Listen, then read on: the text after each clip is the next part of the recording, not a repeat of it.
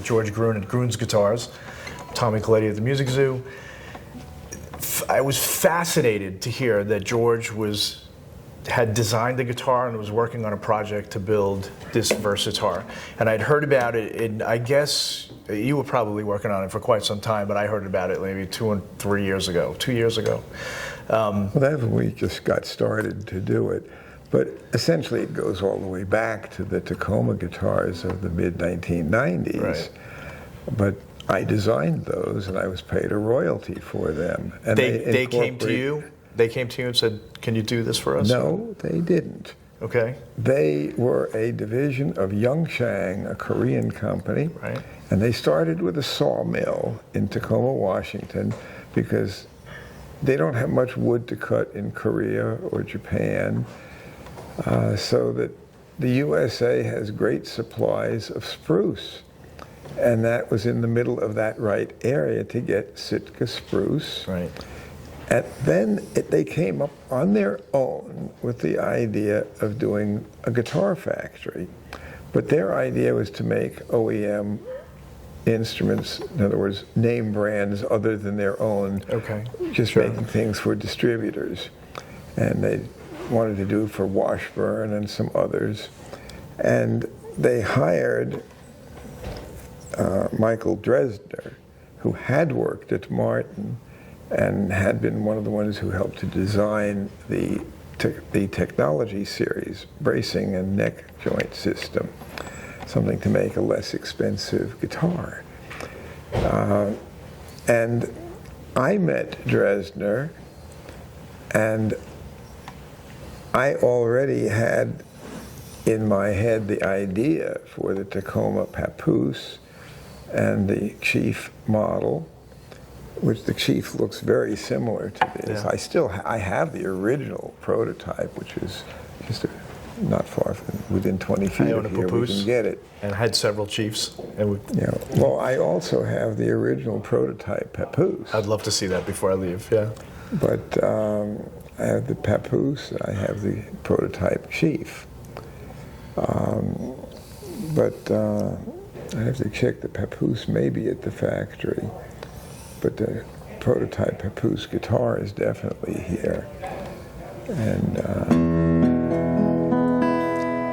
think the Papoose, we'll find it. So the point is, the idea was there, but the idea of doing a guitar of my own design seemed to be interesting to me on 2 levels. One, it might make money, but 2, it would be a legacy project. For example, Stradivari died in 1737 at age 94, but his name is more famous than almost any of the people on the Forbes 500 list. He didn't make as much money as they have, but they're not. A lot of those guys can walk down the street and nobody knows who they are. Stradivarius, oh wow, that's a big deal. Or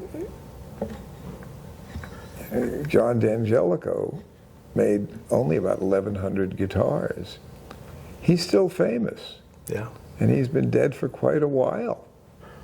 Well, I'd like to have a guitar that will last and have a legacy longer than my own. As far as music dealers, I've been selling guitars that are great instruments. And it's given me a good reputation, but I didn't design those instruments, I didn't make them, and ultimately, having been owned by me doesn't necessarily even add great value to them, other than maybe people trust that they are what I said they are. But some of the value in your guitars is that, and this is what I find so fascinating, right? So you potentially one of just a few people on earth that have had more guitars pass through you over the last 50 years. Am I right? It's more than 50. It'll be 55 for the store in January. But I started collecting guitars in 1963. Okay. So now all these snakes longer. More years, and the snakes are longer than the guitars too. Both.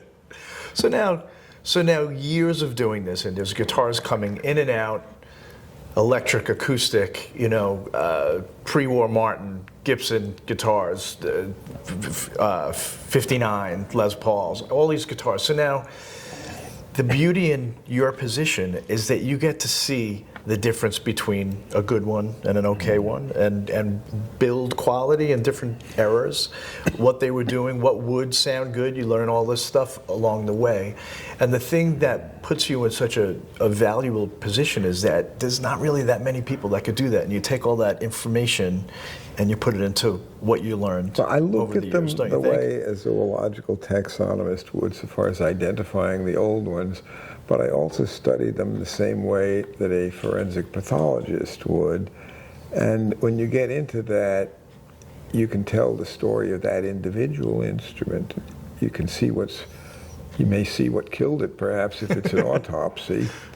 And my father was a pathologist, and I saw my first autopsy before I was 10 years old. Not everybody's dad takes the kids to the morgue as education, but... and you're well adjusted, even though. Well, yeah, I was doing surgery on rats with him before I ever had a guitar, even. And when I had my pet rats, I had a couple dozen rats. And the female rats start getting breast tumors at about age 2, because they don't live a whole lot longer than that. But we'd used to just get out the ether, knock them out sufficiently to operate on them. And I knew how to remove breast tumors by the time I was 12. And we kept those rats going to twice their normal lifespan. But the point is, the skills of a pathologist are very helpful at looking at guitars. You see not only what's good, you understand what makes them work, you understand sometimes what could have been done better. Right. And even things like pre-World War II Martins, as good as they are, some things I would have done a bit different. And just, for example, even the way they glued the pick guard on, it's a recipe for cracking the top after 30 years. But if a guitar is cared for well, they can last 200 or more years. And if it's built right, then it should last. And if you can design some things where you can make it stronger without adding extra weight, and you can keep it acoustically responsive, that's what I want to do. So the guitars I've designed are not meant to be boutique instruments to be appreciated, just displayed in a glass display case and giving bragging rights where you can talk about how much you paid. There's a lot of things you can pay a lot for, but they don't necessarily last long either. Guitars with proper care are one of the most enduring, long-lasting things that you can buy. And I still wonder, after years of doing this, where they all go. Well, the guitar companies keep churning out more and more and more. They do, but a lot of the new stuff isn't that great. Some is. And the quality overall for Martin, Fender, Gibson is better now than it was 50 years ago. Agreed. But then keep in mind that people say, 50 years ago, wow, that's a long time. That's fantastic, they're doing better. Well, yeah, but that was the 70s. 1974. Yeah. That's some of the worst stuff that Martin, Fender, and Gibson ever made. Yeah. So, but the point is, I want to make guitars that are really good, but that also are not necessarily clones of anything else that's there, because the makers who are famous didn't make clones. They didn't simply make copies of somebody else's. You can compete in 3 basic ways. You can compete on price and try to make the cheapest one possible. That's not going to make you famous. It might make you some money, but Harmony and Kay were cheaper than Martin and Gibson, but they're not remembered as fondly, and they don't bring as much money. That's true. You can try to compete on quality, but if you're simply trying to make a better quality copy of a Martin, Gibson, or Fender, you're not going to get very famous doing that. And the fact is, those 3 companies are making better instruments now than they did 50 years ago. The new ones are quite good. They don't beat the pre-war Martins or pre-war Gibsons, but when it comes down to being real close to what you could get out of a pre-CBS Fender, some of them do. I want to take you down the road of the It design works of on these. the bracing. What we talked about the bracing. I want you to tell them. So With the sound hole here, and we started on it, if you have a round hole, we explained.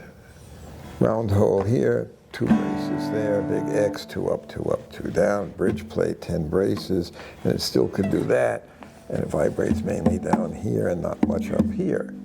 So you move the sound hole to here, you get the nice handle. You put a bass bar and a treble bar, which means it doesn't want to do that, and the wood fibers are intact here, so it could vibrate. And lo and behold, you get this much area of active vibrating soundboard, which you don't get on a round hole guitar. And then couple that with a neck that has no heel to get in your way, and has 22 frets rather than 20, has a cutaway so you can reach them, and has a fingerboard that is glued to a neck the whole way, so in effect it's not that much different from a Fender neck, except it has 3 on the side tuners. Right. But the truss rod runs the full length. There's not going to be any kink in the board here. It's not going to be going up or down. It's playable all the way up, and the fingerboard is glued to neck all the way up here. That's still neck here. It's not fingerboard glued onto the top. It's fingerboard glued onto neck, so you can play. Now, these guitars are fun because they sound good. They feel good. They're not the fanciest, and the neck does not have a dovetail. It's got 2 bolts.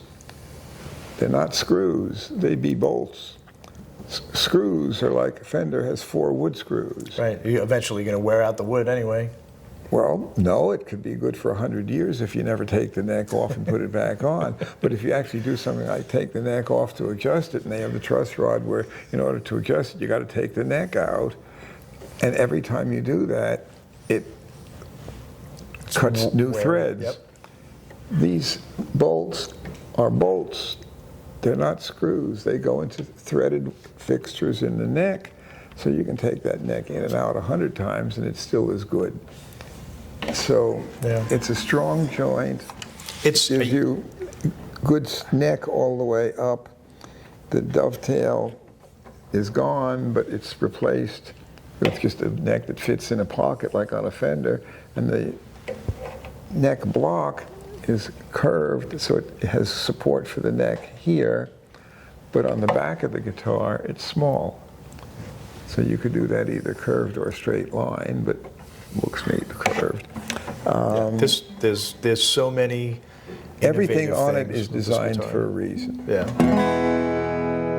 Some people think a bolt-on neck looks cheap, except it works better. This neck gives you tones up here that you can't get on a dovetail neck guitar. So if you want to actually play where you can play electric guitar tunes, you can play Chuck Berry tunes. You can, I can't. The guitar can do things beyond what I'm capable of, but this guitar can do virtually anything you want. You can play gypsy jazz. Tommy Emmanuel says it's the best gypsy jazz guitar he's ever played. And you can play funky Delta blues. You can play Mississippi John Hurt type finger picking. You can play Hawaiian slack key. The interesting thing is that even on the 2.5 inch deep or 2 inch deep, this is a 2 inch deep, and the baritone that we're coming out with is a little deeper, but it's still built like this. This has the same top construction, the identical neck, the identical bridge. It's 13.5 wide, whereas that's 15 wide. This is 4 inches deep, but it has sides, back, 2-piece back, curved linings, back braces, neck block, end block, that's all separate. This, you take a 2-inch plank, and you simply route it out, you cut it in the body shape, then you route it out, And the routing leaves wood which incorporates the neck block, the end block. There's no need for linings, there's no need for back braces, there's no separate sides. So all that 24 pieces is incorporated into one piece. That's wonderful. And it still produces good acoustic sound.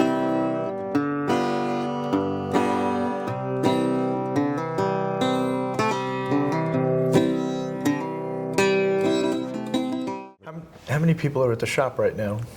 Right now it's just about 8. Okay. With some part-times, Okay. up to 10 there. Yeah. All right. But it's remarkably efficient. We do have CNC as well as hand tools and regular power You're having tools. fun doing that. That's the most important part. Is it fun?